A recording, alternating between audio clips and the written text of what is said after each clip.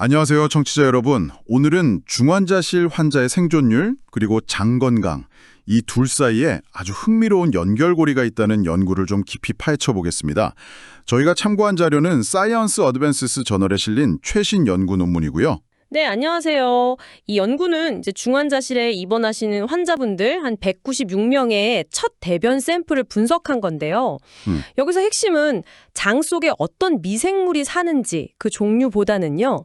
그 미생물들이 뭘 만들어내는지 그러니까 그 결과물인 대사산물에 초점을 맞췄다는 점이에요. 이 대사산물들이 환자분들의 30일 내 사망률과 어떤 관계가 있는지 그걸 본 거죠. 그러니까 단순히 균 종류가 아니라 균들이 만들어내는 화학 물질에 주목했다는 거군요. 그럼 오늘 저희 목표는 이 연구 결과를 통해서 중환자 치료에서 뭔가 새로운 접근법, 어쩌면 치료 가능한 특성으로서 이 장내 대사산물의 가능성을 한번 살펴보는 겁니다. 자, 그럼 바로 시작해 볼까요? 우선 기존에 우리가 알던 것들이랑 이번 연구가 뭐가 다른지부터 좀 짚어봐야 할 것 같아요. 보통 중환자실 환자들은 장내 미생물 다양성이 떨어진다 이렇게 알려져 있잖아요. 네, 그렇죠. 그리고 이전 연구들에서는 이 낮은 다양성이나 아니면 특정 세균, 예를 들면 엔테로코커스 같은 균이 늘어나면 사망률이랑 관련이 있을 수 있다 뭐 이렇게 봤었는데 결과가 항상 딱 떨어지진 않았죠. 맞습니다. 그게 이제 기존 연구들의 좀 한계점이기도 했어요. 이번 연구는 코로나19 환자가 아니라 주로 호흡부전이나 쇼크 때문에 중환자실에 오신 분들을 대상으로 했고요. 근데 여기서 정말 중요한 발견이 나옵니다. 환자의 상태가 얼마나 심각한지 보여주는 SOF 점수나 다른 기저질환들을 종합적으로 평가하는 CCI 같은 거 있잖아요. 네네, 중증도 지표들이요? 네, 그런 다른 중요한 위험 요인들을 전부 다 고려하고 보니까 우리가 흔히 중요하다고 생각했던 장내 미생물의 종류나 다양성 지수, 뭐 여기선 쉐넌 지수 같은 걸 썼는데 그것만으로는 30일 사망률을 딱 예측하지 못하더라는 거예요. 독립적으로는요. 잠시만요. 그럼 그 미생물 다양성 지수가 다른 요인들 뭐 중증도 같은 걸 넣고 보니까 사망률 예측 능력이 사라졌다는 건가요? 이건 좀 의외인데요? 네, 그렇습니다. 다른 변수들을 보정하고 나니 통계적으로 유의미한 예측 인자가 아니었던 거죠. 그럼 엔테로코커스균은요? 그 균은 특히 면역 약한 환자한테 안 좋다고 알려져 있잖아요. 그것도 흥미로운 부분인데요. 엔테로코커스 균이 실제로 돌아가신 분들 그룹에서 조금 더 많이 발견되긴 했어요. 그런데 이것도 마찬가지로 다른 중요한 요인들을 다 통계적으로 보정하고 나니까 그 연관성이 통계적으로 의미가 없어졌습니다. 그렇군요. 네, 그러니까 엔테로코커스 균 자체가 독립적인 사망 예측 인자는 아니었다. 이렇게 볼 수 있는 거죠. 미생물 종류나 다양성만으로는 부족했다면 그럼 그 미생물들이 만들어내는 황물질들, 즉 대사체 분석 결과는 좀 달랐을까요? 처음에는요, 개별 대사체 하나하나만 봐서는 역시 큰 차이가 안 보였어요. 단쇠지방산, 담즙산, 트립토판 대사체 뭐 이런 거 한 83종을 분석했는데 생존하신 분들과 그렇지 않은 분들 사이에 개별 물질 농도 차이가 뚜렷하게 나타나진 않았습니다. 개별적으로는 또 별 차이가 없었군요. 네, 그런데 여기서 연구진이 아주 좀 창의적인 접근을 해요. 특정 대사체 13가지, 여기에는 단쇠 지방산, 담즙산, 트립토판 관련 물질들이 포함되는데요. 이것들의 농도를 종합해서 점수를 매긴 거예요. 이걸 대사 이상증 점수, 영어로는 메타볼릭 디스바이오시스 스코어, 줄여서 MDS라고 부르더라고요. MDS요? 여러 물질들의 패턴을 조합해서 하나의 점수로 만들었다. 이런 거군요. 네, 맞아요.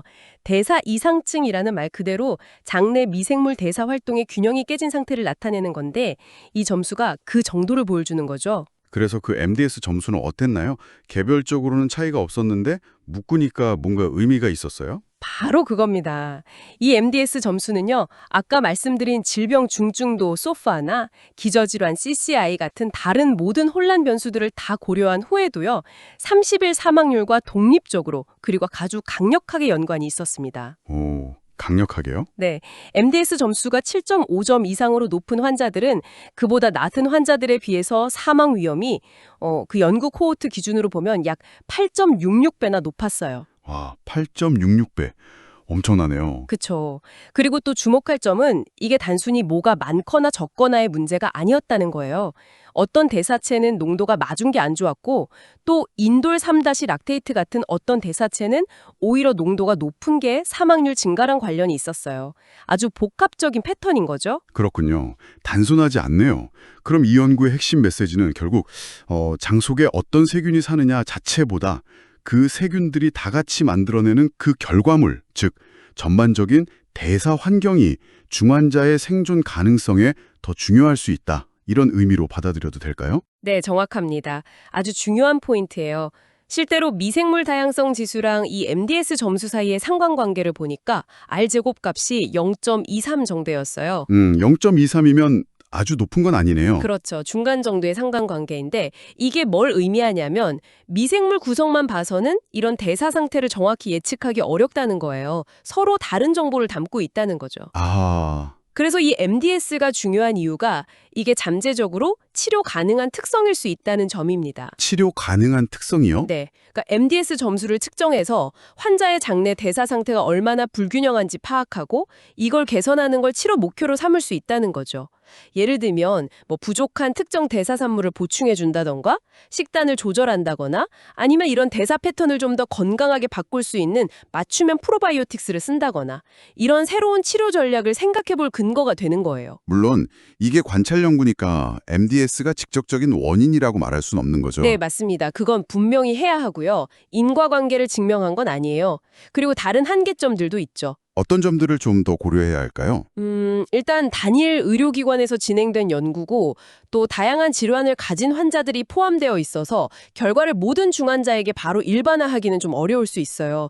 그리고 뭐 상태가 너무 안 좋거나 다른 이유로 대변 샘플을 내지 못한 환자들은 분석에서 빠졌을 수도 있고요. 네, 그렇죠. 그래서 이런 발견을 확실히 하고 실제 치료법으로 개발하려면 앞으로 더 큰 규모로 여러 병원에서 함께하는 검증 연구가 꼭 필요합니다. 네, 오늘 우리는 중환자실 환자의 생존율 예측에 있어서 장내 미생물의 종류나 다양성 자체보다 그 미생물들이 만들어내는 대사 이상증 점수, MDS라는 개념이 더 중요할 수 있다는 아주 흥미로운 연구 결과를 살펴봤습니다.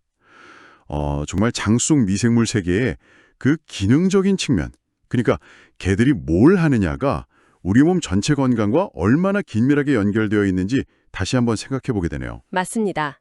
미생물이 그냥 거기 존재한다는 것보다 그들의 활동 결과물, 즉 대사체들의 전체적인 모습, 그 프로파일이 환자의 예후와 더 강하게 연결될 수 있다.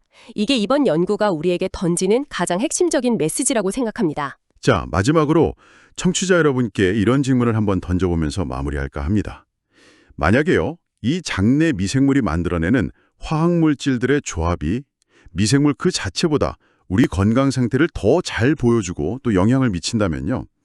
미래의 장 건강 관리나 어떤 질병 치료는 단순히 좋은 균을 넣어주는 수준을 넘어서 어쩌면 장내 미생물 군립 전체의 그 대사 활동 자체를 정밀하게 조절하고 균형을 맞추는 방향으로 나아가야 하지 않을까요?